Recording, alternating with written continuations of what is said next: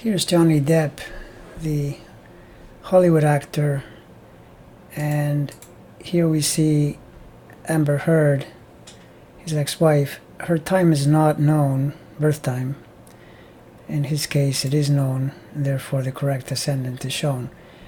And apparently, when divorcing, in addition to the large monetary settlement he had to pay, his reputation also took a great hit on account of her accusations of abuse in line with the Me Too movement.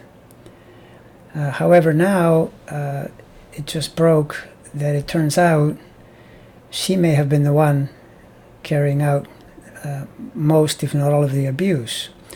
And we see that in the transit pattern, Jupiter is currently conjoining Depp's moon, which is very helpful, Jupiter being the most benefic planet. And notice that although it's squaring the moon at birth, it does trine the ascendant and sextiles the sun, so it's a very strong planet. And in addition, Saturn, a natural reputation planet, is transiting in trine to his Mercury, Venus, which are being in the 10th house, reputation planets, in particular Venus, because it rules that house. And we also know that as the year progresses, Jupiter, Saturn, and Pluto will conjoin together in these degrees. So it tells you that this whole thing is on the upswing for Johnny Depp, and 2020 should be a very good year in that regard for the restoration and probable continuing of reputation on the upswing.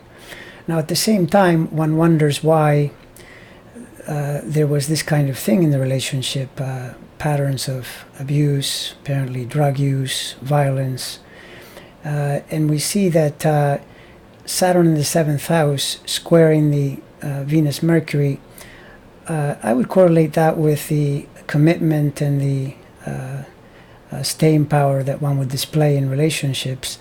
That part of it is good. The part that may not be so good is there could be patterns of lack of confidence and perhaps staying too long in something or failing to see the negative side of something and staying with the commitment side far too long. And in addition, you see that these two planets geometrically square Uranus and Mars. Pluto a little less so, but because Pluto is conjoining the Mars, it gets tied in as well.